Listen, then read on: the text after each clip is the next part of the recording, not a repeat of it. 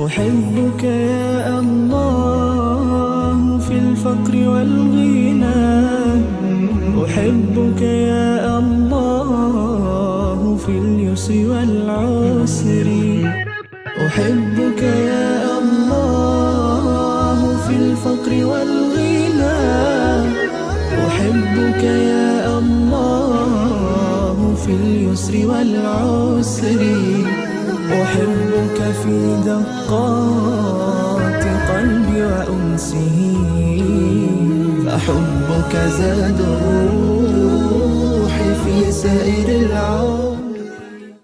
بسم الله الرحمن الرحيم. الحمد لله رب العالمين، والصلاة والسلام على أشرف الأنبياء والمرسلين سيدنا محمد وعلى آله وصحبه أجمعين. قال المصنف رحمه الله تعالى ودام في الدارين آمين.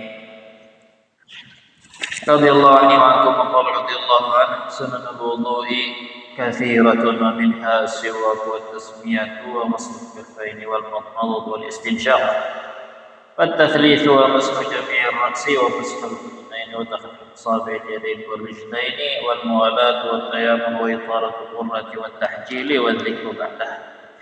مكروهات الوضوء كثيرة، منها ترك التيامن وترك المضمضة والاستنشاق والزيادة على الثلاث والنقص عنها، والوضوء من الماء الراكد، والوضوء من فضل المرأة والإسراف فيه بالصب. Kemudian bermula sunnah-sunnahnya wudu banyak dan bermacam-macam. Hanya di antaranya, artinya masih ada lagi yang lain. Siwak, tasmiyah, ghaslul kaffaini, wal madmadatu wal istinsyaq. Telah maklum diketahui bahwa di antara sunnah-sunnahnya wudu adalah bersiwak dengan ud, artinya setusuk kayu dari pohon arak, atau dengan benda yang lain. Namun benda siwak itu yang diambil dari Rasulullah, kebiasaan Rasulullah. Siwak itu pada dasarnya disunnahkan di beberapa keadaan, di antaranya ketika berwudu atau ketika sembahyang. Dan Rasulullah satu kali sembahyang baik dari pakai siwak lebih baik daripada 70 sembahyang ada bersiwak.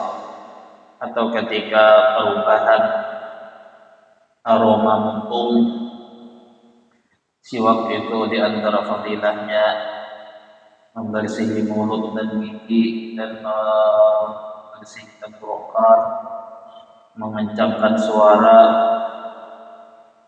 mewariskan kecerdasan, dan di antara yang maklum daripada kisah Rasulullah memudahkan keluar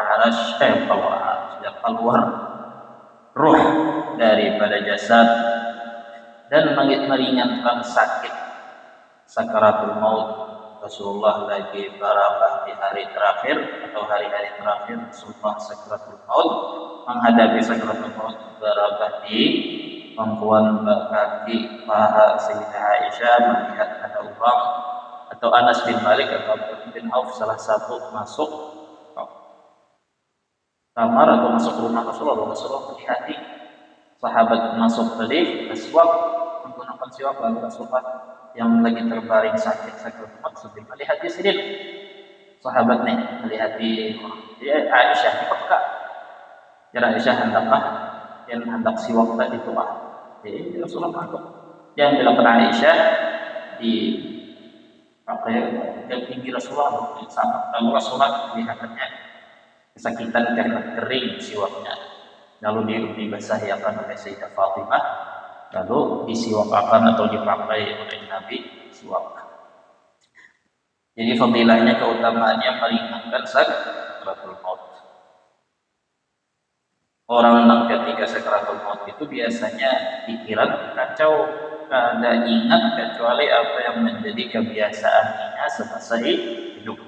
Orang yang kada terbiasa bersiwak, terbiasa rokok misalnya, kira-kira sakaratul maut ingat rokok aja. Kada diimbangi dengan siwak. Oh, kira-kira sakaratul maut minta segilah-gilah orang.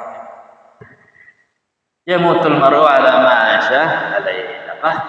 Artinya siwak itu adalah sunnah yang ada. Laula asyqa ala ummati la amartu siwak inda kulli salat. Rasulullah jangan pada takutan aku pada kasihan lawan umatku wajibakan inya bersiwak tiap kali sembahyang. Tapi Nabi kada purun, akhirnya Nabi hanya berdiam saja. Andai kata Nabi rancak memadahi sahabat, siwak, turun ayat wajib siwak, tapi Nabi menahan diri memadahi sahabat. Padahal hendak benar Nabi memadahi sahabat. Intinya itu tadilah sunnah. Di antaranya juga tasmiyah, artinya berbismillah sebelum tiap pekerjaannya lah. Kullu amrin la yubda'u fi bismillah fa huwa abtar au ajzam au aqta. Rasulullah dalam hadis adalah tiap perkara penting yang dimulai tanpa bismillah itu terputus dari berkahnya, artinya sedikit atau pada berkahnya. Adapun perkara yang pada penting ya pada disunnahkan bismillah, apalagi perkara yang makruh bismillah, menggawi sesuatu yang makruh maka hukumnya makruh itu bismillah. Perbuatan haram bismillah maka menambahi haram ulang. Membaca bismillahnya haram juga adalah minum khamar kah apakah awah ini bina dan tahan-tahan viral kah makan babi bismillah ya kan pebuhanan ya pak warna lihat akan aja. Nah ya pak dan sebagainya. Beda kalau makruhnya li ghairi atau haramnya li ghairi. Perbuatannya pada haram tapi ada sampingannya yang haram, misalnya baulu pakai baju rampasan. Itu kok bismillah baulunya padahal bajunya haram. Baulunya haram tapi bismillahnya pada haram. Kenapa? Karena wudunya aslinya pada haram, cuma karena ada bajunya yang haram akhirnya berwudunya haram. Tapi aslinya wudu pada haram, barunya bismillah, maka pada berdosa membaca bismillah. Ya lah. Atau melihat kemaluan kan makruh. Tanpa hajat, tanpa tujuan, berarti itu makruh. Wa ghaslul kaffaini wal mudhibah, membasuh dua telapak tangan atau membasuh tangan sebelum memulai wudu. Terutama ya Rasulullah idza istayqadha ahadukum min nawmihi fala yatawadda hatta yaghsila yadayhi aw kama qala. Siapa aja bangun guring, terutama bangun guring subuh, biarlah jangan langsung berwudu sebelum membasuh dua tangannya. Fa innahu la yadri aina batat yaduh, ini kada tahu di mana tangannya kulai-kulai. Mau udah apa tangannya menggaru apa ini kada tahu. Lebih dianjurkan, lebih ditekankan lagi orang bangun guring itu jangan berwudu sebelum membasuh tangan. Di antaranya juga misalnya madmadah istinsyaq itu ma'ruf aja ya lah. Ahmad bin Hanbal wajib. Imam Ahmad bin Hanbal mazhab Syafi'i kada wajib, cuma sunnah. Minimal muntung ada dimasuki banyu, hidung ada dimasuki banyu, ada sedikit banyu sudah dapat sunnah madmadah istinsyaq. Walau kada di kumur-kumurnya, walaupun ada di kocok-kocoknya di dalam muntung atau di hidung pada dikocoknya, supaya sempurna dapat pahala sunnah, jadi di kocok-kocok atau di kumur-kumur di dalam muntung dan hidung. Ya apa? Andai kata orang bujur-bujur madmadah, bujur-bujur istinsyaq, masukkan banyak ke muntung dan hidung bujur-bujur sesuai sunnah, dibersihi bujur, mungkin orang akan terjaga dari macam-macam masuknya bakteri kuman yang menyebabkan macam-macam penyakit ringan atau penyakit berat,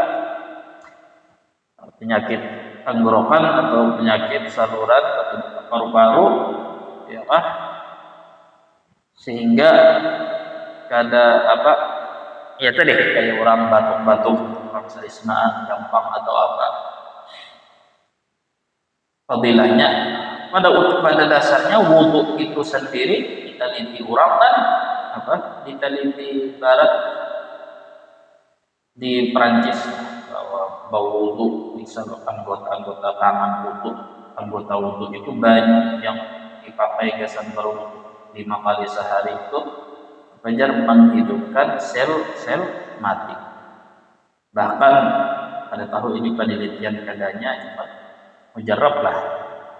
Di antara sunnah wudhu itu kan membasuh bagian pundun atau bagian belakang kepala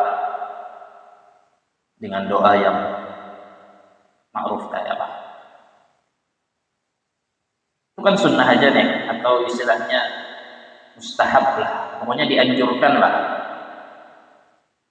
Mungkin orang yang mencoba itu merasa akan sendiri mudah menghafal, mudah diingat. Kalau tahu orang penting diri seorang mencoba ya.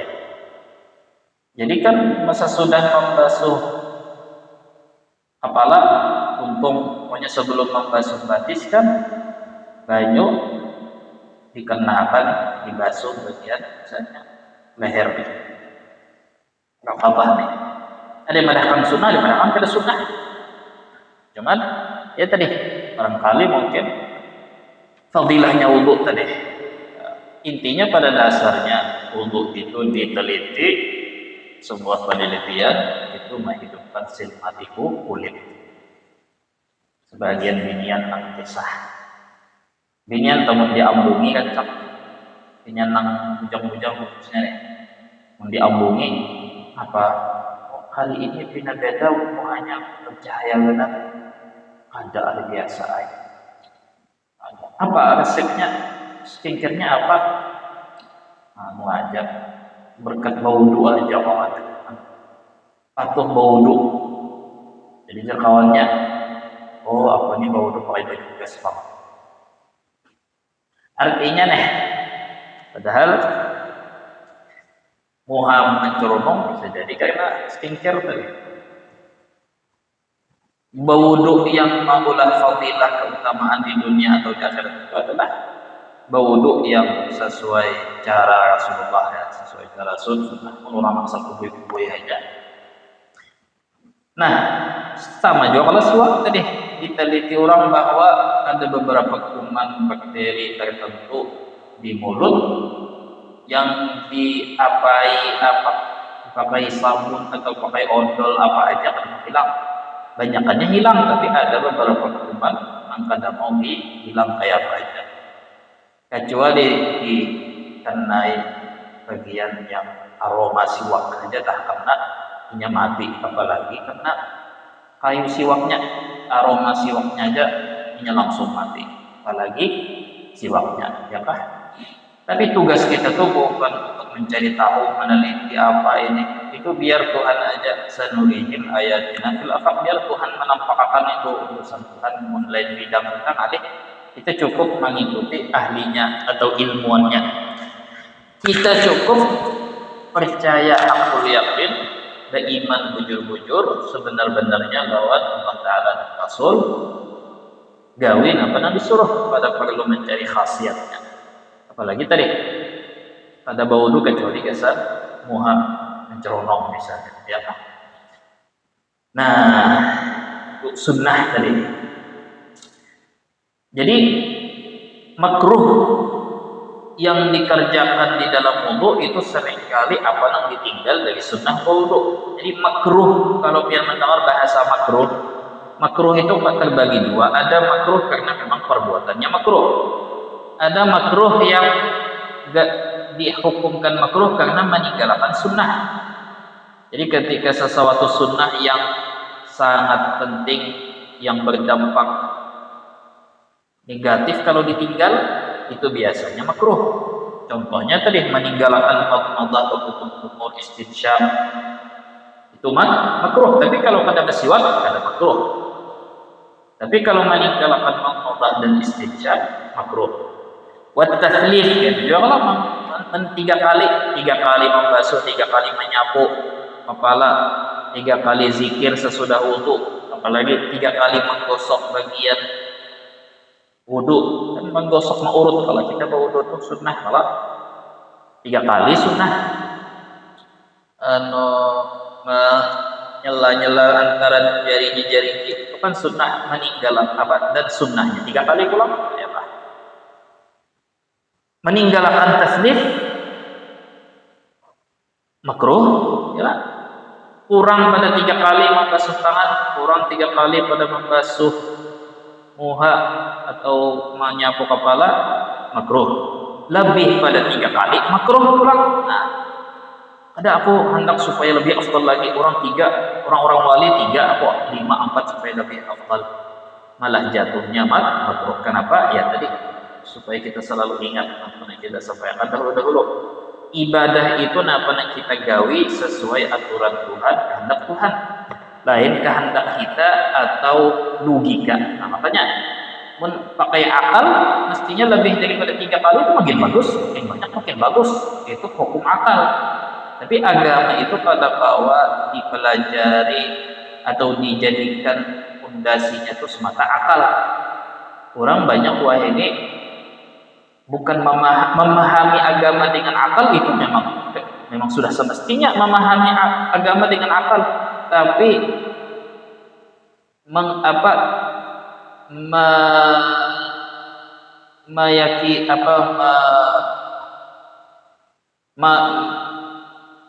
berfatwa dengan akal semata, inya kada mengaji, tapi wani berfatwa, wani melajari orang, memadahi orang dengan modal akal. Belajar kada mau. Kalau memahami artinya mempelajari agama dengan akal, memang sudah semestinya. Jadi intinya itu tadilah mengikuti tuntunan atau tuntunan syariat baru berakal, bukan berakal tanpa mengikuti syariat. Jadi lebih daripada 3 kali malah makruh. Sama juga sunnah sembahyang itu kan, sunnah berwudu itu kan menyapu seluruh kepala. Jadi kita minimal sedikit, walau sehelai rambut di atas di atas wilayah kepala. Menyapu seluruh isi kepala ya lebih sunnah ya Pak. Wa masdaruddin ajalah, dan menyapu atau mengenai telinga dengan banyak, menyapu kedua telinga. Sudah kita jelaskan ya semalam. Sunnah 3 kali pulang ya Pak. Kayak ini 2 tangan. 3 kali sudah, ini pulang 3 kali. 6 kali, bahkan kalau hendak paling sempurna lagi persempurnaan 12 kali. Ya Pak. Tapi asalkan itu gitu. Jadi ada orang 12 kali sampai kepala, kepala sambil membasuh kepala sambil membasuh telinga. 3 kali. Itu kena tumpung itu 3 kali pulang. Kayak tadi. 6 sudah. Begitu kayak ini pulang. 3 kali pulang. Nah. Tapi itu tadi. Sunnah menyapu telinga, tambah sunnah lagi lamun 3 kali. Wa takhlilu asabi'il yadain, dan menyelai atau menggosok bagian antara sengat-sengat bulan jari. Kalau yang mudah aja nih supaya dapat sunnah takhlil, menyela-nyela ini kayak apa? Kalau tangan cukup kayak ini aja. Nah, ini banyak, nah, sudah.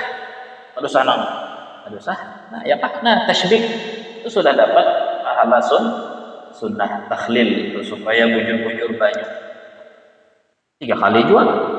Tambahnya pulang pahala bonus sunnah batis Pak, batis.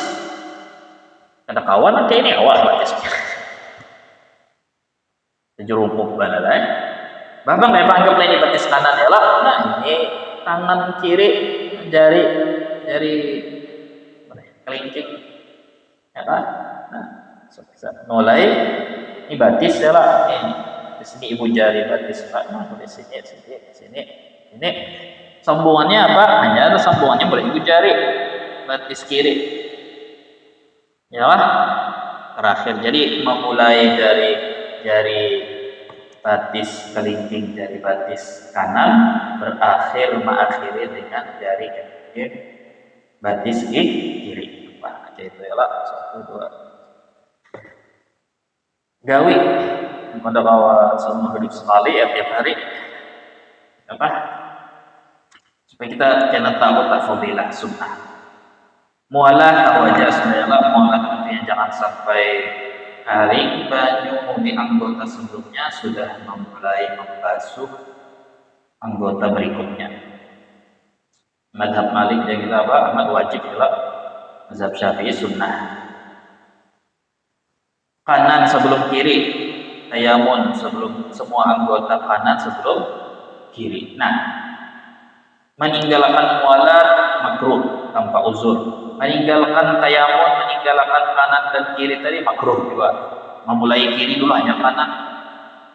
Itu biasanya efeknya menyebabkan was-was. Kalau memulai kiri sebelum kanan. Apalagi itu kayak biasanya kebiasaan syaitan memulai kiri sebelum kanan. Biasanya mau orang was-was, pikirannya kita sudah masuk kanan padahal belum. Nah, jadi ya tadi meninggalkan sunnah yang biasanya berdampak negatif atau berbahaya itu biasanya dihukumkan makruh. Selebihnya menyempurnakan bagian batas kepala itu namanya ghurrah. Bagian batas kepala yang biasa supaya kita berhati-hati dikenakan sebagian daripada membasuh muka supaya bujur-bujur menutup membasuh bagian muka akhirnya wajib sunnah membasuh sedikit bagian kepala itu namanya ghurrah. Kalau tahjil itu artinya bagian batis, menyempurnakan bagian batis lebih pada mata kaki sampai parak di tuhut dan bagian belakang tumit tadi. Nah, Rasulullah ketika ditakut sahabat, apa pian kau pekinan duluan kami di hari kiamat ya Rasulullah dengan cahaya kalian bisa pada membedakan andai kata ada gerombolan kambing yang banyak yang sepanjang mata melihat banyak kalau kambingnya banyak membedakan ada Allah lalu kambing ikan tua warnanya hirang kau pada membedakan Allah nanti itu juga umatku di hari kiamat itu kau membedakan dari kumpulan umat yang berapa perhitungan itu dengan ghurran muhajjalin mereka datang bagian kepala atau wajah mereka bersinar dan bagian kaki tangan mereka itu bersinar karena menyempurnakan wudu. Ya lalu sunnahnya ada yang antara sunnah wudu juga membaca doa yang sudah biasa yang dilajari mulai halus doa untuk berwudu. Asyhadu an la ilaha illallah wa asyhadu anna Muhammadan rasulullah tawafin dan tahirin. Subhanallah wa bihamdihi asyhadu an la ilaha illallah wa atubu ilaik. Mahadab kiblat sunnahnya tadi kata mengangkat tangan sunnahnya menyapu muka untuk berdoa sunnahnya adalah makruhatnya sudah tadi yang membuang-buang banyu selain meninggalkan sunnah-sunnah tadi dihukumkan makruh termasuk juga buang-buang banyu. Makanya la tusqit bil ma walaupun ta'ala nahrin jari. Perilaku umat Islam yang banyak yang masih kalau ditinggal adalah tebir membuang-buang barang yang dianggapnya berlebihan aja. Padahal ya Rasulullah jangan membuang-buang banyu walau hingga ada di atas sungai yang mengalir deras. Walau bau dari banyu sungai yang mengalir deras. Kenapa? Karena ini ada masalah. Aku banyak isi duit atau banyak isi banyu atau banyak isi listrik atau listrik murah. Tapi ini masalah ta'abbud. Kita disuruh menunjukkan sifat seorang hamba yang nurut, yang semestinya sesuai akhlak atau sesuai perintah agama. Jadi kenanakan kalian campur dari banyu aqua kah, banyu dicangkir kah, kalau diminum lagi kalau tadi siramakan ke tanaman kah, ya Pak, listrik apa dimatiin. Jangan mentang-mentang wah ini jarang mati lampu. Ya Pak, kalau tidak datang masanya kita ya Pak, tahu diarti listrik ya Pak. Karena itu masalah kepribadian, masalah beda antara orang sayang lawan duit karena duitnya sedikit, lawan orang yang sayang lawan duit karena Tuhan menyuruh sayangi, artinya jangan dibuang-buang. Yang pertama pada berpahala, yang kedua berpahala. Jadi orang irit hemat ada nang berpahala, ada nang kada. Orang nang kada berpahala tadi nang sayang lawan harta dan semua yang berkaitan dengan harta ialah banyu, listrik apa. Karena sedikit itu jangan kira sudah mengamalkan yang namanya melawan sifat mubazir. Orang nang itu biasanya nang sayang lawan harta karena hartanya sedikit, ketika inya sugih ianya buang-buang harta. Karena inya mulai dasar memang hemat itu karena Tuhan. Tapi kalau orang hemat karena Tuhan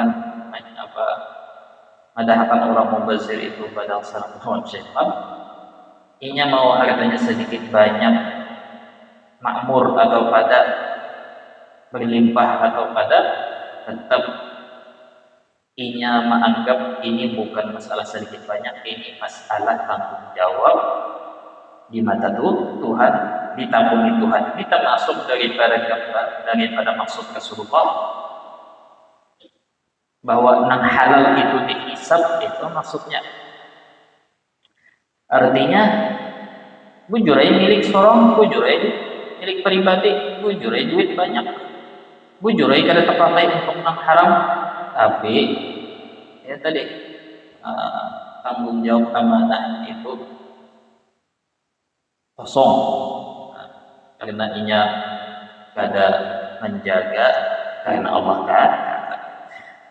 Lalu secara keseluruhan nih sebelum akhiri fikih nih, bahasan fikih intinya sunnah makruh jangan hanya dilihat secara fikih tanpa memahami maksud daripada sunnah.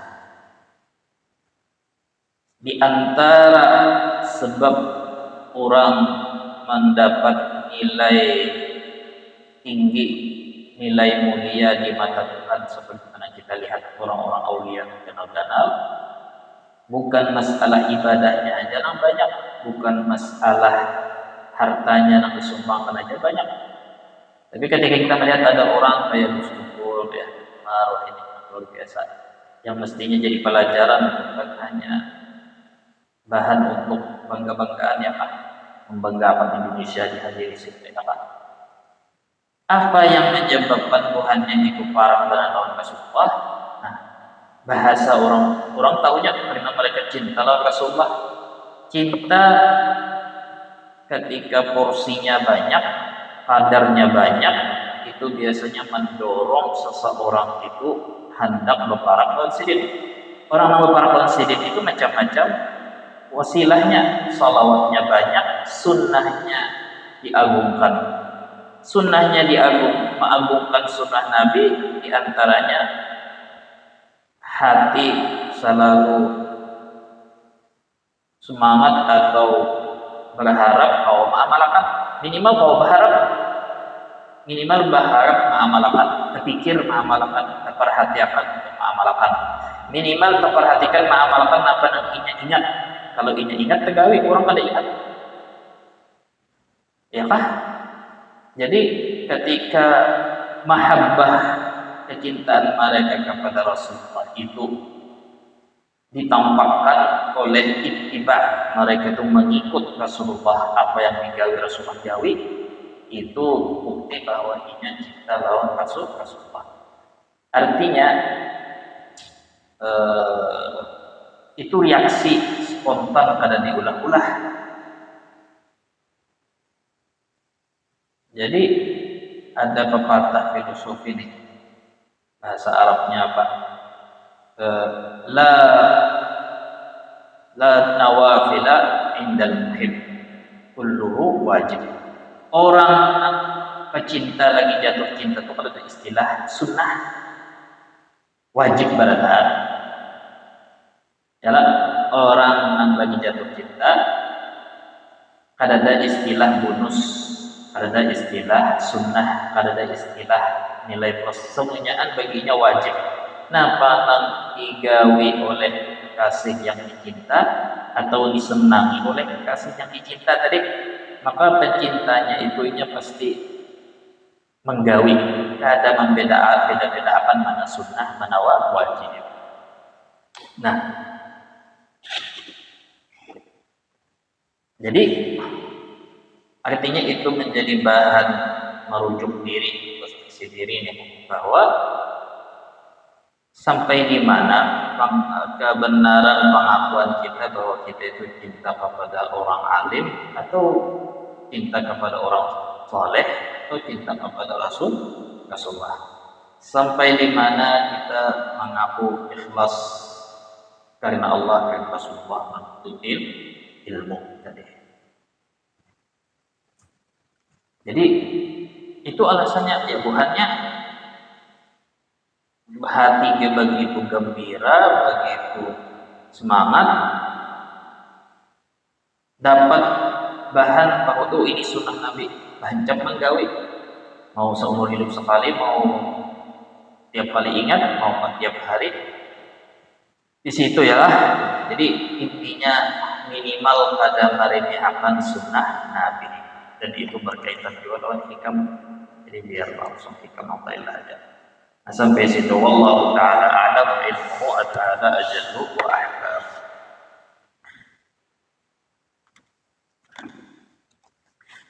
Bismillahirrahmanirrahim. Al-hikmatu tsaminah ba'dal mi'ah. Hikmah Ibnu Athaillah As-Sakandari 108 dan 109. Laisa kullu man thabata takhsisuhu kamula takhlisuhu. Faqala la yastahiqqul wirda illa jahul. الوارد يوجد في الدار الآخرة والورد ينطوي بانطواء هذه الدار وأولى ما يعتنى به ما لا يخلف وجوده. الورد هو طالبه منك والوارد أنت تطلبه منه وأينما هو طالبه منك مما هو مطلبك منه. Ibn Athaillah As-Sakandari berkata kayak ini, biar digabung aja. Tidaklah orang yang terlihat dari dirinya mempunyai keistimewaan khawariqul adat, kesaktian macam-macam, itu menunjukkan bahwa orangnya itu telah dibersihkan Allah dari kendala syahwat hawa nafsu dan penyakit-penyakit hati yang lain, atau menunjukkan bahwa ia telah sempurna di dalam melaksanakan sunnah-sunnah, perintah-perintah Allah Subhanahu wa Ta'ala. Jadi kayak ini berkaitan tentang fahaman kurang banyak, dan karena salah paham akhirnya yang diharap dan diminta yang dituju salah juga, berakibat dari salah paham. Kebanyakan orang itu menuntut hasil, menuntut apa yang Allah Ta'ala beri, bukan apa yang Allah Ta'ala suruh. Di sini kesalahan besar yang menjadi penghalang orang banyak. Kenapa pada merasa bujur atau benar tujuan nakinya gawi selama ini di dunia. Pertama ini, Ini sudah pernah juga dibahas awal-awalnya. Kan kita pernah menjelaskan bahwa bukanlah orang saleh atau orang alim atau orang kekasih Allah Ta'ala itu yang punya kesaktian zahir, khawariqul adat yang zahir, seperti berjalan di atas banyu, bisa kasyaf, menebak ini, menebak itu, atau bisi khawariqul adat yang lainnya lah, atau pengikutnya banyak, atau bahkan masyhur. Itu kadang menjadi impian seluruh dunia kenal, itu kadang menjadi patokan orang itu bisi kemuliaan di sisi Allah.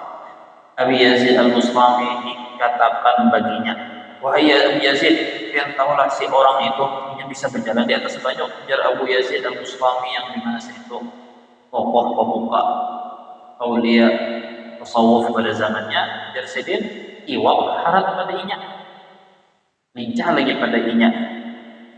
Lalu ada memedahkan lawan Sidin, yang tahulah si guru itu, si haji itu bisa terbang di atas awan atau di atas angin. Jar Sidin taharat burung.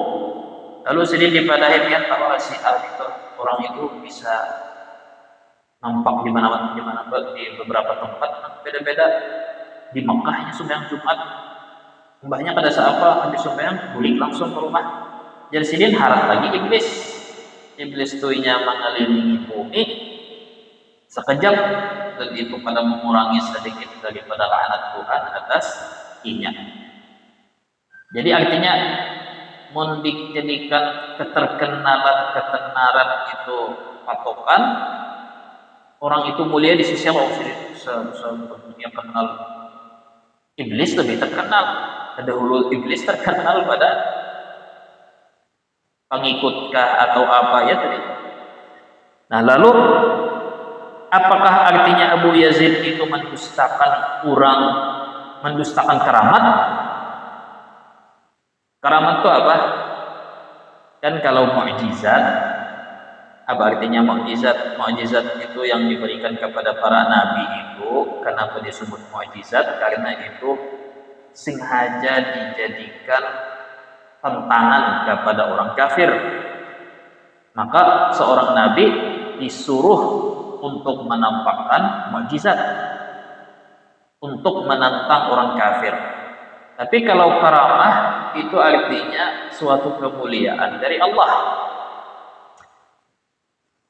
Kemuliaan dari Allah Ta'ala itu bisa menjadi khawariqul adat, menyalahi adat orang banyak. Bisa jadi kadang bersifat khawariqul adat, kesaktian dan lain-lain. Nah, karamah itu artinya Tuhan akan menampakkan kemuliaan seseorang wali. Nah, Tuhan menampakkan kemuliaan seorang wali ada mesti dengan kesaktian tadi apa? Nah, lalu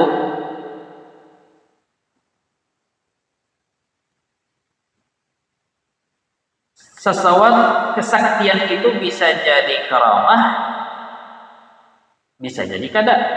Mintu juga karamah, bisa jadi berbentuk kesaktian, bisa juga kada. Kapan? Nah, ini supaya jadi. Lalu ketika kita mendengar orang yang jelas-jelas sudah diakui oleh ulama aulia bahwa itu wali. Lalu Sidin misalnya tadi keramat Muskupul, keramatnya ulama-ulama Sidin. Kapan keramat itu ada nilainya di mata Tuhan atau mesti dianggap kapan kesaktian Sidin itu dianggap keramat? Sidin kasyaf, Sidin berapa kesaksian orang di waktu yang sama. Sidin ada beberapa tempat. Guru Padang ada seperti pengajian di Padang, ada juga gawian Sidin hari. Jadi orang bingung yang mana yang asli. Mau pang asli atau KW asli berataan. Nah, kapan kesaktian itu ada nilainya? Ketika didampingi dengan orang itu tekun atau tugul atau teguh kepada kitab dan sunnah, Quran dan hadis dan syariat Allah Ta'ala. ketika orang ini zahirnya lurus di dalam syariat, lurus jujur tulus di dalam sunnah-sunnah Nabi, menjauhi yang makruh apalagi yang haram.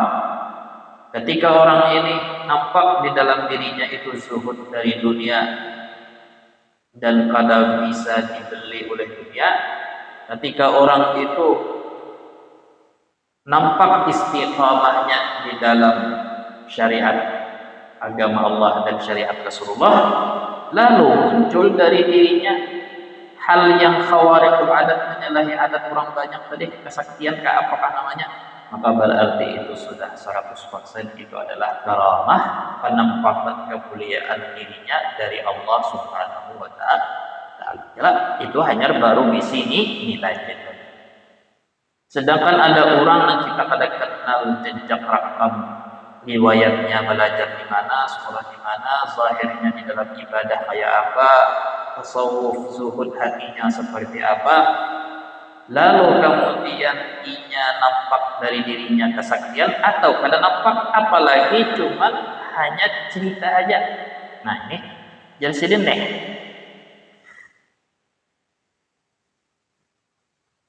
Hati-hati dari sidin dari orang yang menjadikan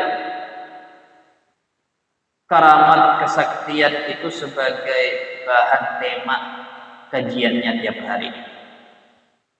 Ketujuh, kalau berkisah di ceramah atau pengajian, enggak masalah yang aneh-aneh, yang kesaktian, yang gaib-gaib yang kalau dilihat orang. Terutama jarsidin yang paling minimal wahini, jarsidin orang mengisahkan tentang melihat Rasulullah di mimpi, apalagi dia qazatan dalam keadaan jaga. Itu sudah menjadi makanan tipu daya banyak tokoh agama penceramah wahini. Nah, orang yang terlalu senang mengisahkan tokoh-tokoh mengisahkan keramat-keramat kesaktian tadi, tanpa inya membarengi dengan kisah-kisah zuhud, wara, keilmuan, akhlak ulama-ulama yang dikisahkan, maka itu hindari. Kalau ada misalnya ulama mengisahkan keramat si A, tapi kadang-kadang atau minimal rancak mengisahkan masalah zuhud, wara, apa yang kau diambil, ajaran-ajaran, nah itu masih lumayan lah kalau diikuti. Itu pun salafus salih, orang-orang terkemuka aulia, orang-orang saleh, ulama-ulama besar sangat menghindari mengurangi benar kecuali hanya untuk keperluan pelajaran saja, meyakinkan saja, membenarkan saja. Artinya sangat mengurangi kisah-kisah tentang keramat khawariqul adat ini.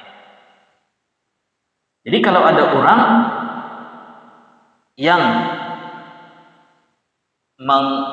ketujuh kisah tentang hal-hal kesaktian tadi, terlebih, nah ini bahaya, terlebih inya ketujuh mengisahkan tentang keramat kayak itu, melihat Rasulullah kayak itu untuk dirinya, menisbatkan kepada dirinya, itu jersin perlu berwaspada, berwaspada tingkat bahaya itu sudah.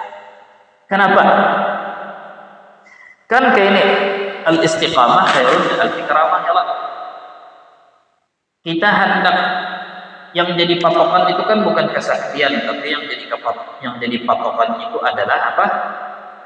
Istiqamahnya di dalam taat ibadah, zuhudnya, waranya seperti apa, hubbud dunia atau hubbul akhiratnya kayak apa, mulazamahnya dengan orang saleh kayak apa, ilmunya kayak apa. Nah, baru ada nilainya kalau kita tadi karamah. Nah, lalu kenapa istiqamah lebih baik dari 1000 karamah? Karena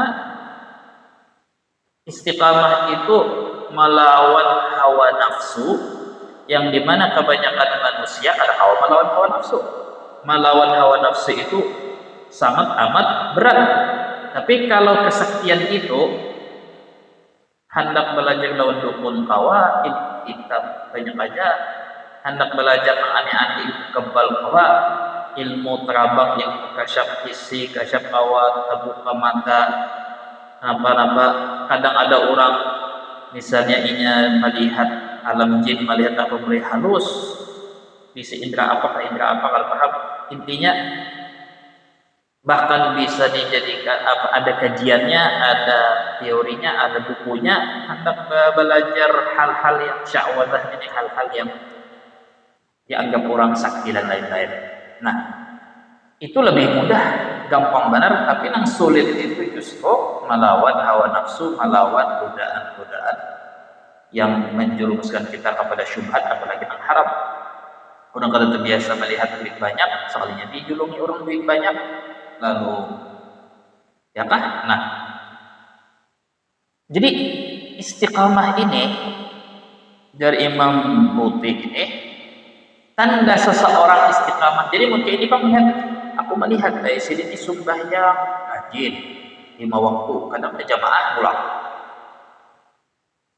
maulid, baca, isi.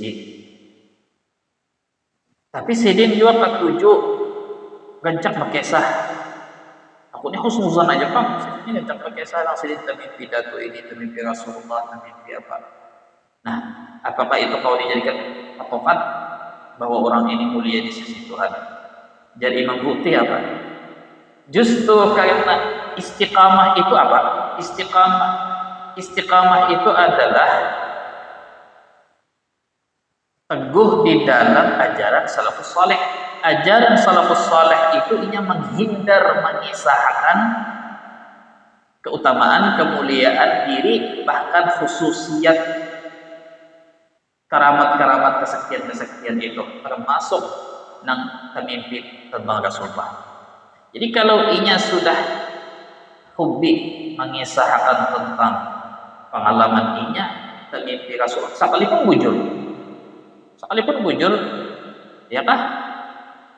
Tamimpi Rasulullah, sekalipun bujur, ya kah?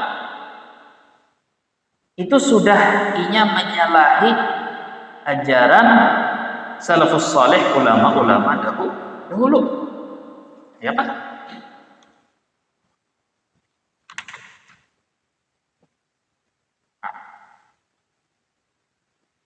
Karena ulama dahulu itu seperti yang dikatakan Imam Ahmad Ar-Rifai, aulia yang sesungguhnya itu mereka memasturkan diri daripada keramat, seperti mana perempuan itu memasturkan diri daripada haid. Dinian itu supaya benar ketahuan orang lagi haid, bahati-hati benar, menjaga benar supaya bekas darah haidnya jangan kelihatan kurang. Kayak seperti itu juga aulia menutup keramatnya. Jadi kalau ada orang terlalu borek, terlalu ramian mengisahkan tentang kesaktian diri, maka itu sudah bukanlah orang aulia, bahkan bukan orang yang mulia di sisi Allah Ta'ala, maka ada patut dijadikan sebagai mursyid, apalagi murabbi. Muninya mengisahkan tentang aku pernah mengamalkan ini, alhamdulillah, hati ke ini, hati ke itu, pernah ini, masih. Inya mengisahkan tentang amaliyah, ibadah, ada apa-apa, jangan dibadahkan langsung sombong. Karena bisa aja niatnya itu supaya orang mengikuti aku pernah mengamalkan ini, alhamdulillah, esoknya langsung dapat rezeki berlimpah. Menjerap amalan ini, aku mencobai sorong, itu yang dikisahkannya amalan, ibadah, masih belum tentu itu. Di kitab kadang-kadang bahwa itu sombong, kadang itu masih orangnya aja lagi urusannya lawan Tuhan. Kalau niatnya sombong, urusannya lawan Tuhan. Pada awal kita menampak, tapi kalau nanti kisahkannya tentang hal yang kurang kena kaum bukti akan, ya, jadi Imam Buti, aku gampang benar memadahi mengisahkan lawan orang di pengajianku, ceramahku, bahwa aku melihat Rasulullah, bahwa aku pernah melihat wali ini dan ini terbuka hijab, melihat ini dan itu. Karena orang kena kaum bukti akan, orang hendak bukti kenapa? Masalah gaib ya Pak. Mimpi tetamu dono kana sih apa kurang nggak kau bukti kan. Yang sulit bagi aku jadi sini menunjukkan lawan orang bahwa aku itu wara zuhud melawan hawa nafsu itu orang tahu membuktikan seberapa kita itu zuhud, seberapa kita itu menjaga diri daripada syubhat. Orang tahu membuktikan mun orang sufi paparak dihormati disambut, mun orang miskin nang datang pura-pura sibuk khalwat pak uslah, mun orang ini kayak ini mun kayak itu kayak ini mun pinian kayak ini ya kah kehilangan duit putus asa sedih ambil merajuk apa dapat musibah ini sangkal lawan Tuhan mengaduakan Tuhan lawan manusia menyalahkan Tuhan kan ketahuan kurang inya mampu pada melawan hawa nafsu itu yang sulit bagiku meyakinkan orang tentang akhlak atau tentang tasawuf atau tentang hubungan aku dengan Tuhan, tapi sangat amat mudah bagiku mengisahkan lawan orang tentang hal-hal yang mistis. Nah, jadi ini hal pertama dulu. Kesimpulannya dari hikmah yang 108 tadi apa? Bahwa orang yang nampak dari zahirnya kesaktian khawaribul adat sama sekali bukan menjadi tanda dirinya punya kemuliaan apa-apa di sisi Allah, dan belum menjadi tanda sama sekali bahwa dia sudah benar sempurna di dalam melaksanakan perlawanan inya, jihad inya melawan hawa nafsu. Bisa jadi inya nang kelihatannya bermacam-macam keramat kesaktian itu orang yang paling tamak, paling serakah, paling nafsuan lawan harta tahta wanita, paling gila lawan dunia, bisa aja. Itu tah kesimpulannya. Lalu dari hikmah yang 109, tidaklah meremehkan apalagi merendahkan wirid, rutinitas wirid, kecuali orang bodoh atau orang jahil. Berhubungan kayak ini, maksud saya ini berhubungan dengan banyaknya orang, bahkan ulama zahir, ulama syariat saja, atau penuntut ilmu yang inya menyepelehakan, meremehkan lawan wirid. Jadi kita menjelaskan apa artinya wirid lawan warid. Wirid itu apa? Wirid itu apa yang kita amalkan, apa yang kita gawi secara rutin tiap hari atau tiap minggu, bacaan Quran atau wirid zikir atau salawat, tasbih bangun tengah malam atau bahkan puasa, ya kah?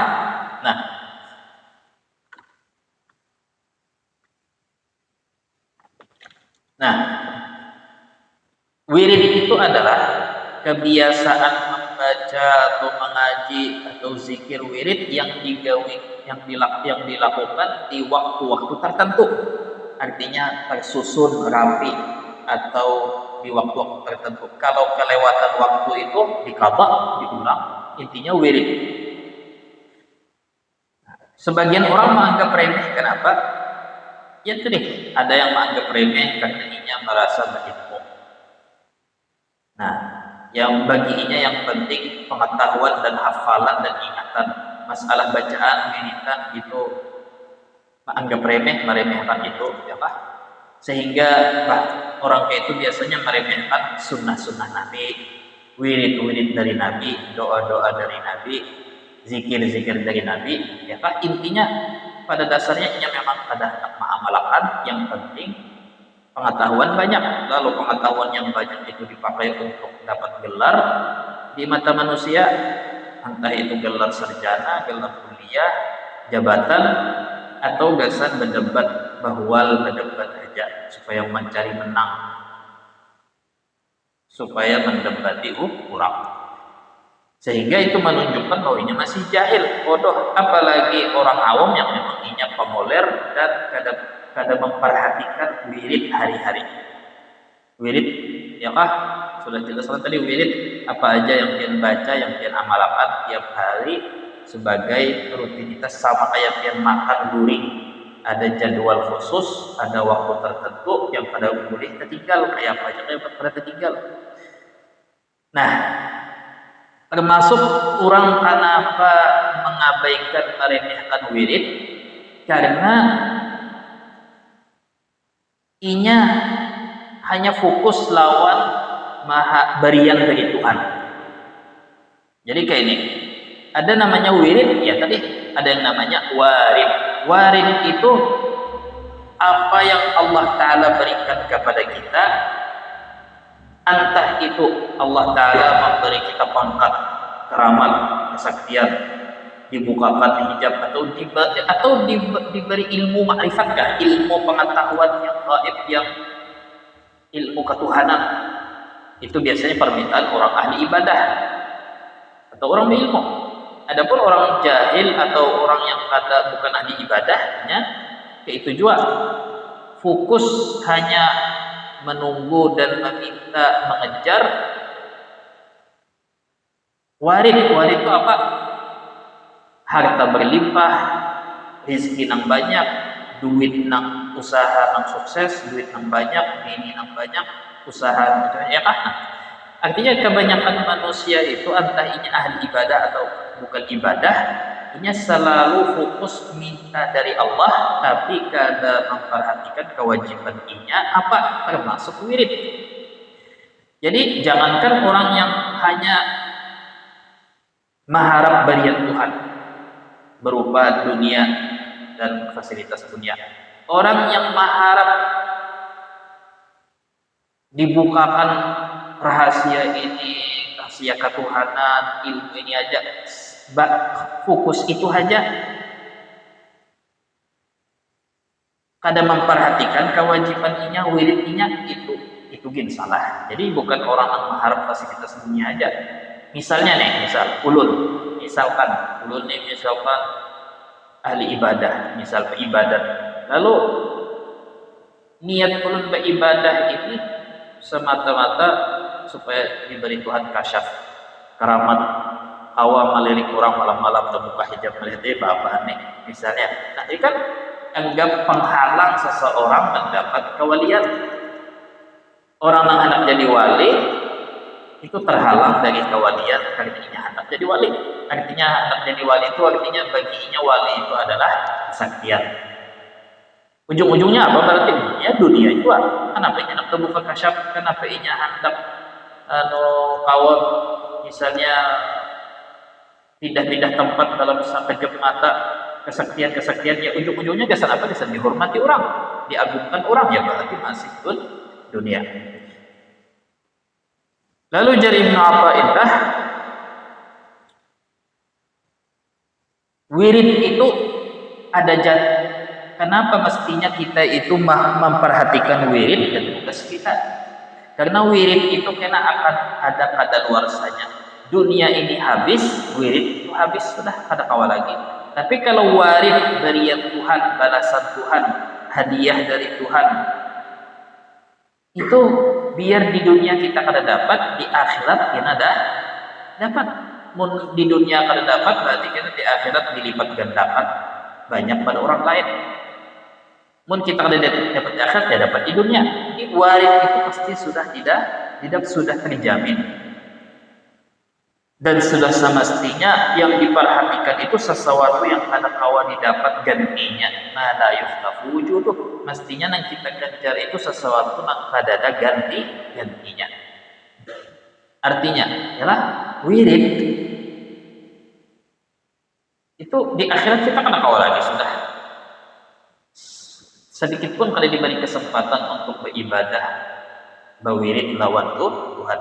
Artinya beribadah, beramal untuk Tuhan. Karena di akhirat itu jar Ali bin Abi Thalib, al-yauma amalun wala hisab. Hari ini kita khusus kesan beramal karena istilah balasan. Karena isuk jar Ali bin Abi Thalib hari hisab, hari pembalasan, bukan hari untuk beramal. Jadi menunjukkan nilainya wirid itu adalah bahwa wirid itu hanya kawa digawi di dunia. Pindah alam beda lagi, sudah kada kawa lagi beramal. Terlebih pulang al-wirdu wa qalibuhu minka, wirid itu Tuhan, permintaan Tuhan dari kita, sedangkan warid, keramat, kesaktian, kasyaf, fasilitas dunia itu permintaan kita dari Tuhan. Maka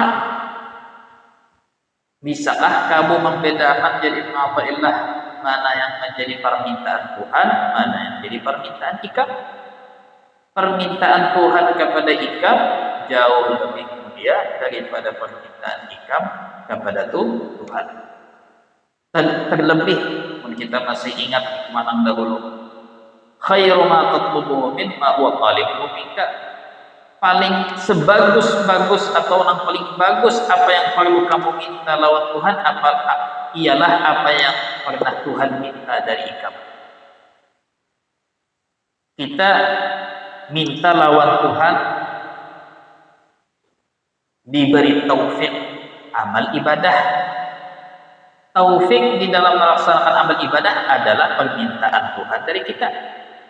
Jadi manusia ini kadang meminta lawan Tuhan macam-macam. Ada minta lawan Tuhan supaya fasilitas dunia, ada yang minta lawan Tuhan fasilitas surga, itu aja tahela supaya meringkas. Nah, itu boleh kada? Boleh. Bagus kada? Bagus saja. Tapi yang paling bagus permintaan seorang hamba apa yang Tuhan minta darinya, yaitu apa? Taufik melaksanakan amal ibadah. Jelas? Nah, jadi di sini Ibnu Athaillah pertama hendak mendahulukan, mengaitakan lawan hikmah dahulu. Ikam minta kesaktian, kewalian, kasyaf itu ini, ya kah?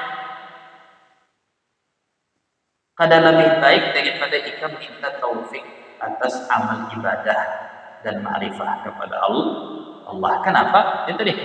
Karena tanda bahwa ikam mulia di sisi Allah Ta'ala tadi bukan karamat tapi istiqamah. Nah, kebanyakan orang kayak ini pulang mengeluh. Ulun ini hendak kayak jawab amal beribadah, berwirid tiap hari, rutinitas rutin kayak orang. Tapi yang namanya kita ini makhluk lemah, kan Allah Ta'ala berkata kayak itu di dalam Quran, wa khuliqal insanu dhaifan, manusia itu dicipta makhluk lemah. Nah, ketika pian nih tawaswasi atau ada terpikir kayak itu, kan kayak itu kalau kadang kita itu dari kita mengulah alasan, yalah. Banyak orang ketika diajak beramal, beribadah, pengajian, apalagi dibawa tiap hari wirid tadi, pastinya alasan apa? Pertama, alasan itu kan sunnah. Nah, ini mengaitkan lawan fikih tadi. Ini kan sunnah, ada wajib. Satu.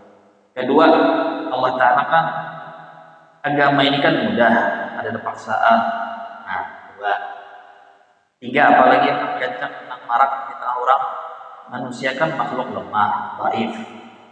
Kan kada boleh itu agama ini rahmatan lil alamin. Kita lihat Nabi Umar juga ya, rahmatan lil alamin, yang kayak itunya. Jadi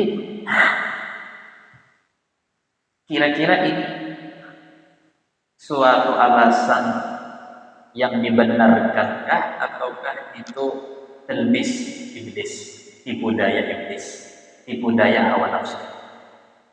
Pertanyaannya kayak ini, jadi sedih nih. Kita ini ketika urusan dunia, urusan bisnis, urusan perolehan, kita itu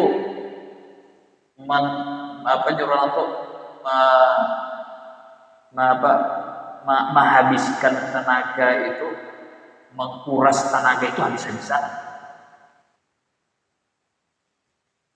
Ada pernah kita mengeluh manusia itu tercipta makhluk lemah. Ya, ada pernah kepada agama kan ada menyuruh juga berusaha berhemat. Ada pernah juga menyambat agama ini kan rahmat lil alamin kan. Agama ini kan, usaha ini kan mudah, mencari kan mudah. Keperluan makan minum kan sedikit aja. Sepiring nasi tahan gasan 6 jam. Sehari perlu 3 piring, karena perlu banyak-banyak. Kan kadang pernah kita itu mendebat hawa nafsu kita kayak itu. Tapi ketika disodorkan masalah keagamaan, wirid tadi yang kayak tadi, lalu aja sudah tadi timbul alim wa khuliqal insanu baik, manusia itu makhluk lemah. Ibadah itu kalau ada agama itu kalau ada paksaan, agama itu rahmatan lil alamin. Nabi Muhammad lihat ada bisa yang namanya sunnah juga bapak dikerasikan apa dipak sunnah, nah ya pak. Jadi sini ini di antara. Nah, lalu ketika pulang, jadi ini kalimat haqqin urida biha batil, kata-kata nang zahirnya bujur tapi tujuannya gak sana kada bujur. Manusia itu makhluk lemah macam-macam. Nah, bujur kita dapat pahala kada kita beralasan kayak itu? Ada dapat. Tapi wayah apa kita dapat pahala mengadu kelemahan kita ketika kita mengadu kelemahan kita melaksanakan ibadah kada mampu ini, dapat pahala ketika mengadu akan lawan Tuhan, berdoa lawan Tuhan ya lah.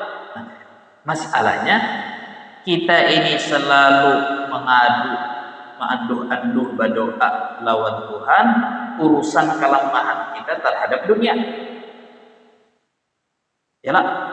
Ya Allah, artinya ulun paling ini, ulun anak bini minta ini, ulun nih hendak benar sugih supaya apa-apa ulun kada nak sugih supaya dia ulun ini supaya kau menghidupkan orang banyak.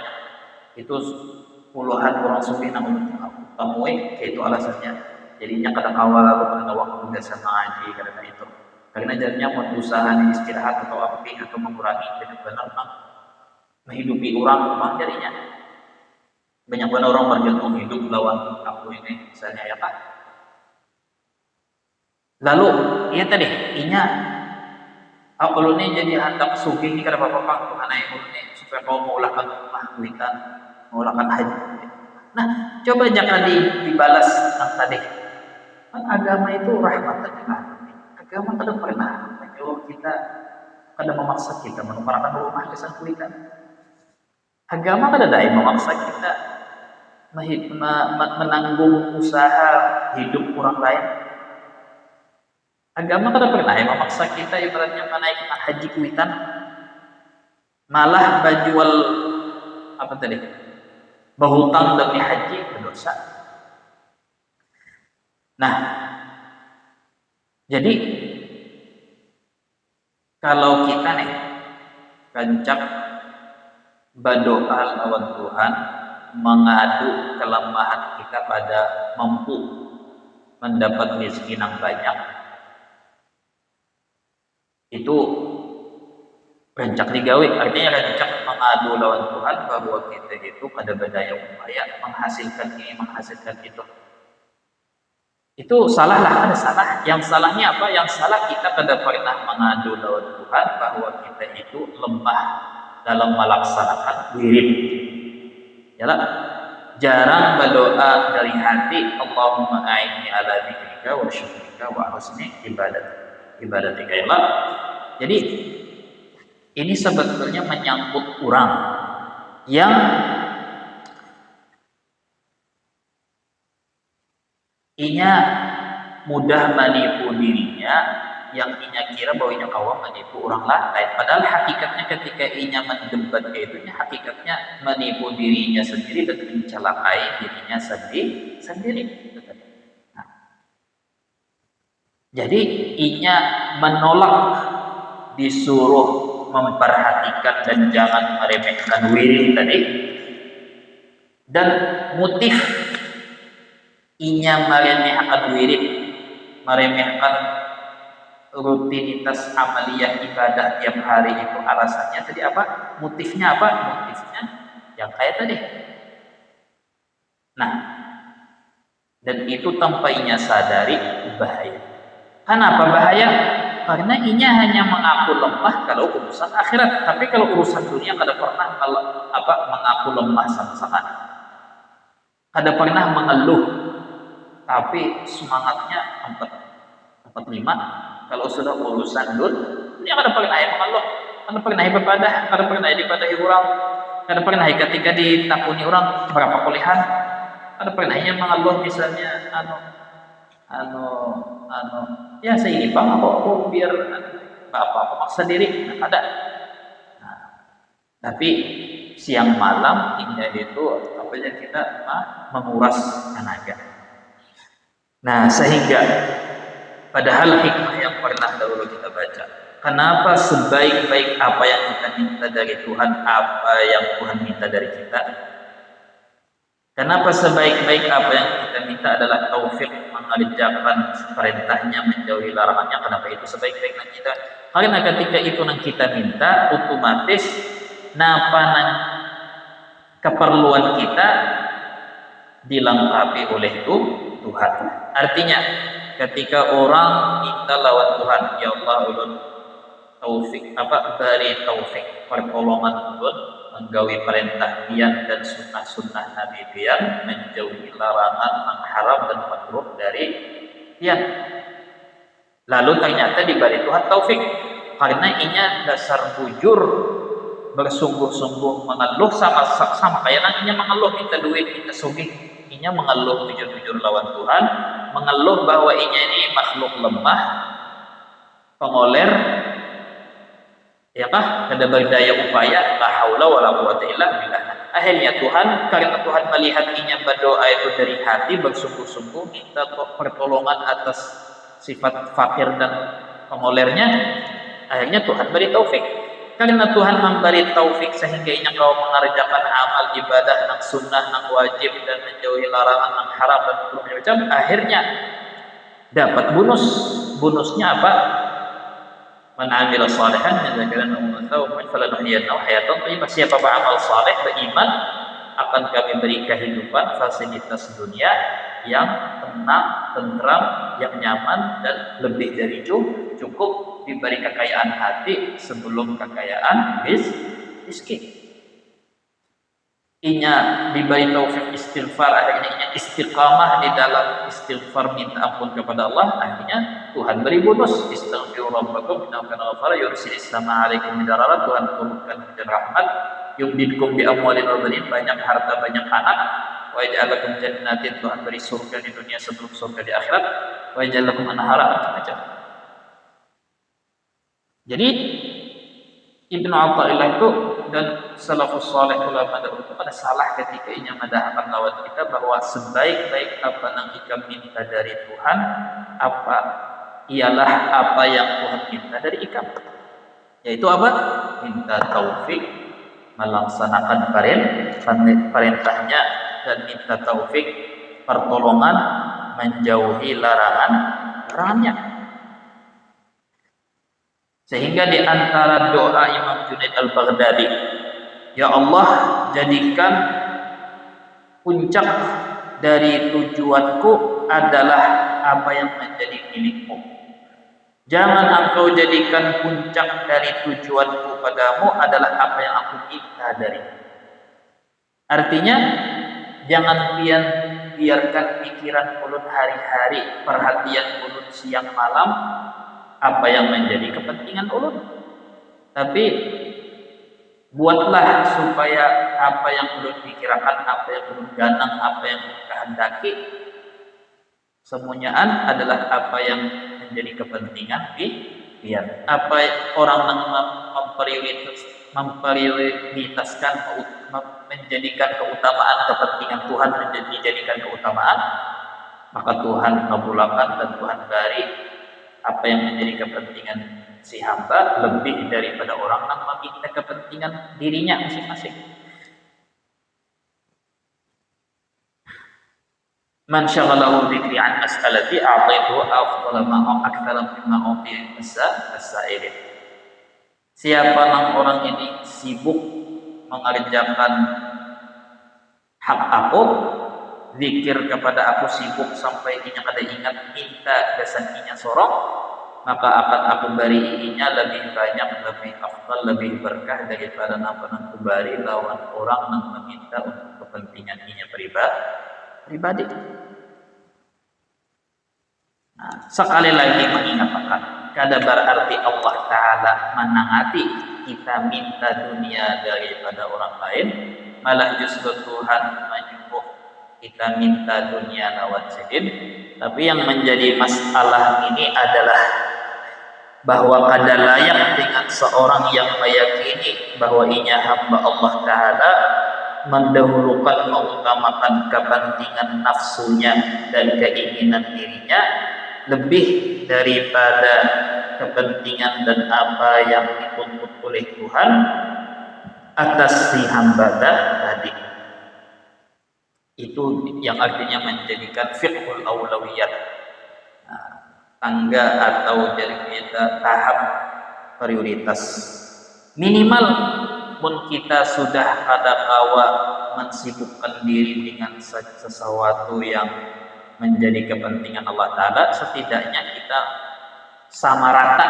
Jadi sidin setidaknya kita itu sama rata. Seperti mana kita rancak mengeluhkan lawan Tuhan kepentingan kita, hajat kita, keperluan hidup kita, keperluan dunia kita, setidaknya 50-50 barang, separuh-separuh barang kita itu mengeluhkan kesedihan kita kada kau mengerjakan perintah sidin, larangan sidin. Kau kada separuh barang ya sidin, supaya aman dahulu tah, supaya layak bagi kita sebagai seorang hamba. Ya akhirnya tuh kalau dipikir-pikir ya sampai di tikas mana juga kita mau dipikir-pikir sampai kapan. Usaha ini hendak pulang, usaha ini ya tadi, padahal kita ini tahu aja, ingat aja bahwa bahwa nangaran manusia itu mun sudah biasa polehan perak, inya menganggap perak itu biasa. Mencari emas diberi Tuhan, emas batangan, inya biasa. Mun sudah kerencakan diberi Tuhan, inya merasa dia biasa. Artinya merasa menganggap sedikit. Polehan 1 juta sehari, kerencakan polehan 1 juta biasa ya sudah. Orang yang pernah yang menganggap 1 juta itu banyak pula, ulun aja rancak polehan 100.000. Nah, menganggap 100.000 sedikit karena sudah biasa polehan itu. Karena pian dapat 1 juta kayak itu juga, pian dapat 1 M kena sehari, sudah tahu kayak apa yang dirasakan oleh orang-orang yang dapat 10 M sehari. Inya tetap menganggap sedikit. Kenapa menganggap sedikit? Karena memang Tuhan lanjurakan inya itu pengeluarannya lebih banyak dari pemasukan, tanggungan dan pajak yang inya harus tanggung, suap tapal yang harus inya bayar banyak lagi pada apa namanya boleh, sehingga sehingga memang karena itu nang inya minta. Nah, jadi Tuhan tuh dasar pulang nih lah. Tuhan memberi apa nang kita minta.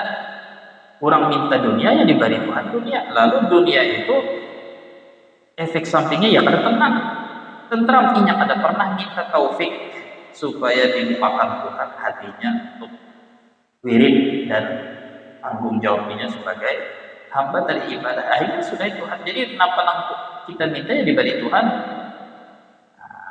Ujung-ujungnya orang itu kena menyalahkan Tuhan juga. Kenapa? Hidup banyak masalah. Nang inya minta itu juga. Apa nangnya minta? Lebih terus. Jadi kena ini masalahnya sampai waya apa? Masalah batasnya ayu aja situ. ayo ajak aja di dalam kitab-kitab itu aja kejar target mana anak kita mencapai. Masalahnya sampai waya apa? Umur sudah berapa? Umur pulang kada jelas hidup sampai waya apa? Lalu ya batasnya sampai berapa gitu nah.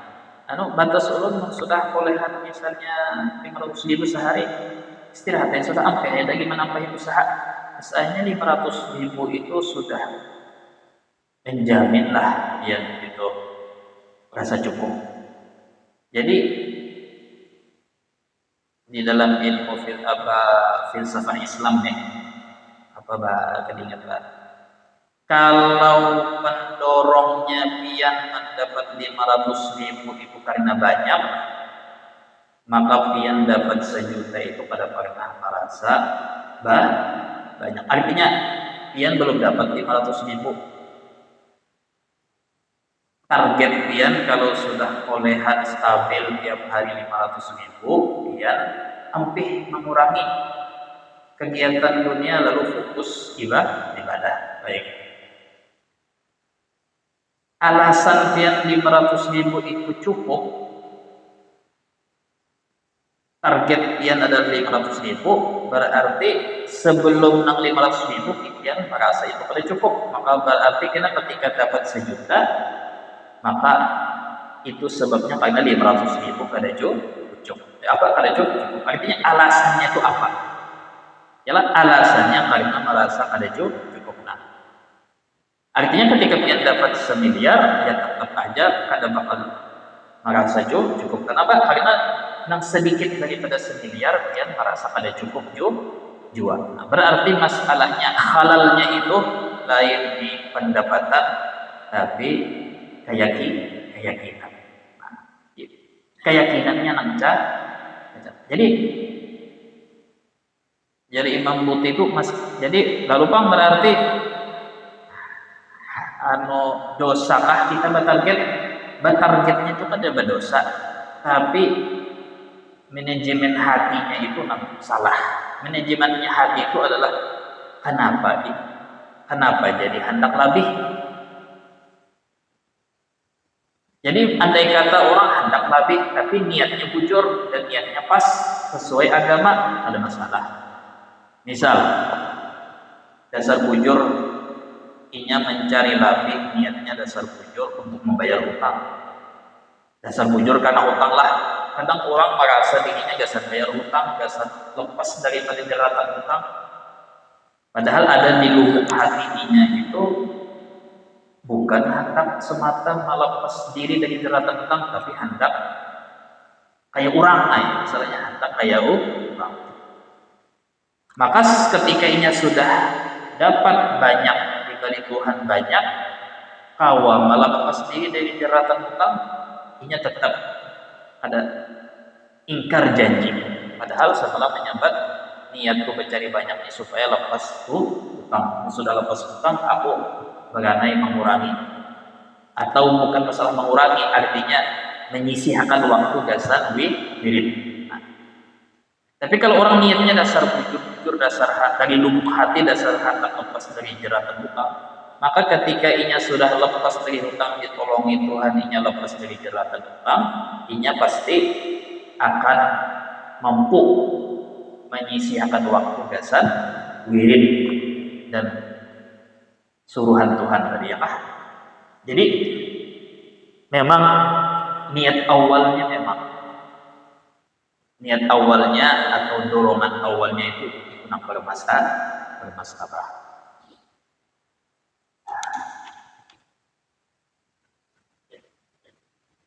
Nah, jadi wirid itu adalah adat para anbiya, adat para sahabat, adat para salafus saleh dahulu, yang siapapun meremehkan wirid itu sama dengan meremehkan Rasulullah dan meremehkan ajaran Rasulullah.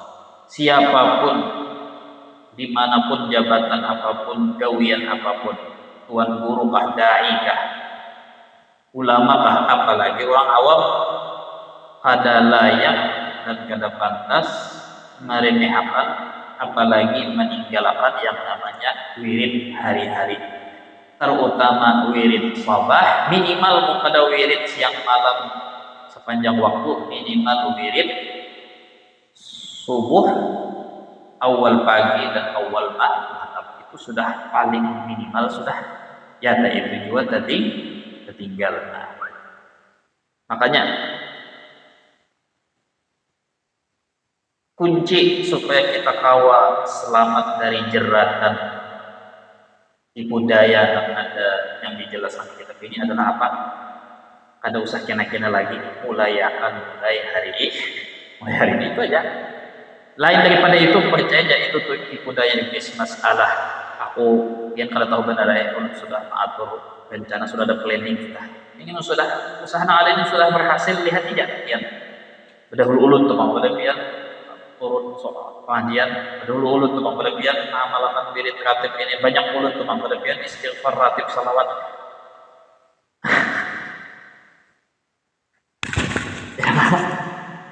Semuanya itu pastilah itu sudah semuanya orang yang ketujuh menunda-nunda itu pasti ya tidak kada tegak kurang nak baatur itu pada harapan berat.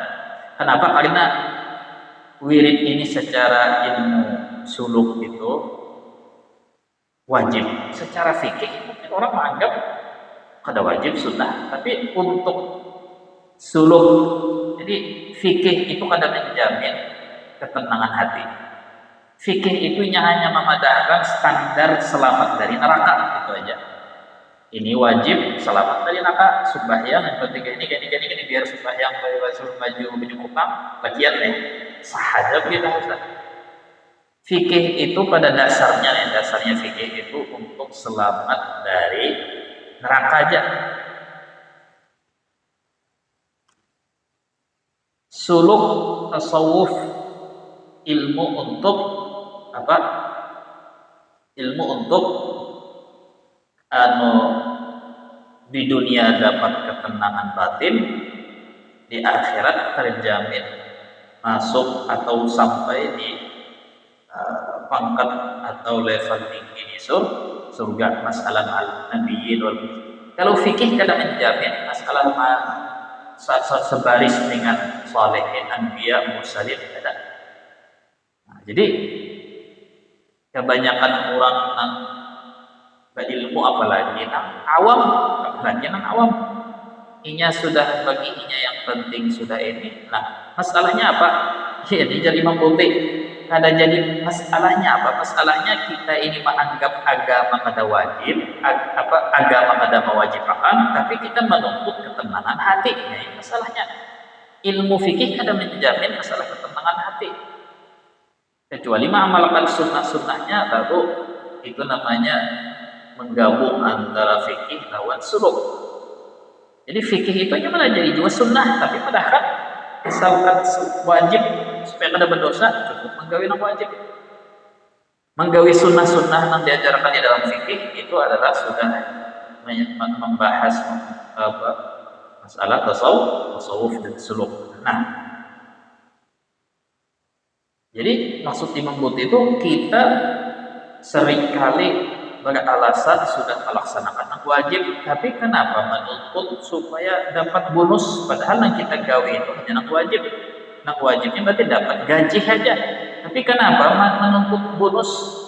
Makanya kita gawe yang wajib saja dan kita menganggap ada wajib itu yang sunnah, yang wajib sudah kita gawe. Nah, ya tadi padahal yang sunnah itu adalah manapali kekurangan yang wajib, yang kita gawe yang wajibnya tapi kada bujur-bujur, khusyuknya kada. Nah, itu ditutupi oleh sunnah.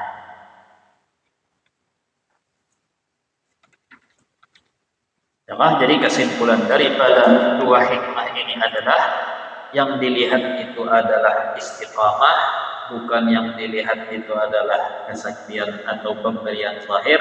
Apalagi orang yang sangat bodoh itu yang menganggap ketika duitnya bertambah berarti tanda Tuhan lagi pak.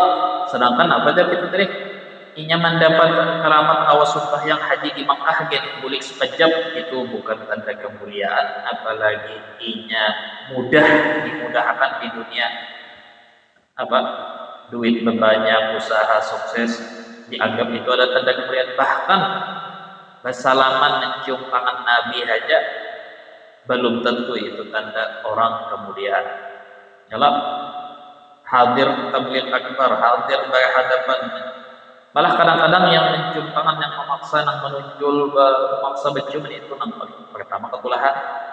Sudah tahu orang uyuh, tahu orang lagi ini, tahu penitia kayak ini, tahu aturannya kayak ini, tahu kayak ini, ya tadi kalian aja, jahil tadi. Apalagi orang menganggap itu sebagai semata-mata undangan, sebagai kemuliaan. Saling. Siapa yang datang bi qalbin salim, dengan hati yang ini, siapa yang datang membawa bekal, siapa yang berubah hatinya setelah mendengar mengaji, inna bil madinati aqwaman nasirtum masira. Jika Rasulullah memadai sahabat yang di medan perang, ikam ini dapat pahala ganda pelajaran Nabi. Di kota Madinah ada beberapa orang yang kemana aja kalian melangkah kaki, mereka dapat pahala persis seperti yang kalian dapatkan. Inya kada upat berjihad, tapi inya dapat pahala punten seperti yang kalian dapat. Kenapa? Habasahumul uzur. Mereka ditahan oleh uzur. Ada uzur, ada kewajiban. Nang wajibnya itu lebih wajib daripada yang upat berjihad. Maka akhirnya inya dapat pahala sama kayak ikam, karena niatnya dasar tulus. Yang ulun maksud apa? Sangat bagus menghadiri pengajian, menghadiri tabligh akbar, menghadiri majlis, memandang wali Allah Ta'ala, ya Pak. Tapi yang ulun maksud tadi apa? Dunia ini dengan segala hal yang bersifat zahir ada menjadi jaminan tadi. Kalau karamat tadi nang itu aja kada mimpi Rasulullah aja kada menjadi jaminan kemuliaan tadi. Apalagi hanya bisa bertemu dengan orang secara jasad. Abu Lahab pun ini bertemu Rasulullah secara jasad, tapi kada bermanfaat baginya kalau inya kada mengikuti jejak Rasulullah. Atau itu tadi, makanya kalau kita boleh merasa aman, setidaknya itu minimal dengan istiqamah. Kita kada kau istiqamah, kada kau bawilid supaya kita selamat, Bang. Kita berdasar kada kau gawe wilid misalnya nih. Terhalang waktu, terhalang kesibukan apa? Supaya menebus dosa kita kada kau wilid, istiqamah dengan wilid apa? Adalah dengan cara berdoa lawan Tuhan, mengadu bahwa kita pada berdaya upaya. Itu jadi sedikit menembus kelalaian kita, ketidakmampuan kita di dalam melaksanakan wirid adalah dengan mengadu lawan Tuhan. Kalau kada waktu sembahyang 5 waktu atau minimal di dalam hati selalu berdoa mengadu lawan Tuhan bahwa kita itu lemah. Itu tanda bahwa kita dasar bujur. Tapi lamun orang kada pernah berdoa lawan Tuhan, kada pernah mengadu lawan Tuhan, kelalaiannya, ketidakmampuannya, kelemahannya, berarti itu hanya pengakuan semata aja, hanya alasan mengelis supaya inya dimaafkan kurang dengan alasan wa khuliqal insanu dhaifa. Nah itu tadi, mudah-mudahan Allah Ta'ala membimbing hati kita agar selalu senantiasa mengutamakan, mendahulukan apa haknya Allah sebelum hak kita, haknya Allah sebelum hak nafsu kita, haknya Allah sebelum syahwat kita. Mudah-mudahan kita walaupun pada bertemu dengan orang-orang seperti ini, kita diikut sertakan dalam jejak mereka, yang dimana mereka itu selalu mengutamakan, mendahulukan, meminta kepada Allah apa yang Allah minta dari mereka. Senantiasa kita berharap memohon Allah Ta'ala memberi taufik kita mengerjakan ibadahnya, menjauhi larangannya. Mudah-mudahan kita diberi taufik dijauhkan dari segala was-was, tipu daya yang menyebabkan kita itu menyepelekan wirid dan rutinitas yang dimana itu menjadi adat kebiasaan Rasulullah, sahabat bersama salafus saleh. Mudahan kita itu terhindar dari fitnah meremehkan agama, meremehkan syariat Rasulullah, meremehkan sunnah-sunnah Rasulullah. Mudah-mudahan Allah Ta'ala mengampuni segala dosa kita dahulu-dahulu, kejahilan, kebodohan kita dahulu-dahulu, perilaku pemikiran sesat kita dahulu. Mudah-mudahan Allah Ta'ala beri kita ilmu yang manfaat tiap waktu, tiap saat. Mudah-mudahan Allah Ta'ala menjaga kita di sisa umur kita. Mudah-mudahan Allah Ta'ala mengurangi kecintaan kita terhadap dunia, nafsu kita, dan menjaga kita dari tipu daya syaitan dan iblis. Mudah-mudahan Allah Ta'ala beri kita taufik husnul khatimah. Dengan niat itu Al-Fatihah. Shiratal mustaqim shiratal ladzina an'amta 'alaihim ghairil maghdubi 'alaihim. Bismillahirrahmanirrahim. Allahumma salli ala sayyidina ma nasina 'alaikum majidna Allahumma salli اللهم فقهنا في الدين وعلمنا التأويل اللهم اهدنا بما يحيط به قلوب العارفين اللهم انصر لهم علمنا كفرينا ومراباتنا ومشايخنا اجمعين اللهم اغفر لنا بصلاتهم واحشرنا في سفرتهم وتحت لوائهم ربنا اتنا في الدنيا حسنة اللهم انا على ذكرك وشكرك وحسن عبادتك اللهم وفقنا لما تحب وترضى اللهم وفقنا لما تحب وترضى واجعل اخر كلامنا قول لا اله الا الله رسول الله يا رب بالمصطفى بلغ مقاصدنا واغفر لنا ما مضى يا واسع الكرم يا رب بالمصطفى بلغ مقاصدنا واغفر لنا ما مضى يا واسع الكرم يا رب بالمصطفى بلغ مقاصدنا واغفر لنا ما مضى يا واسع الكرم تقبل الله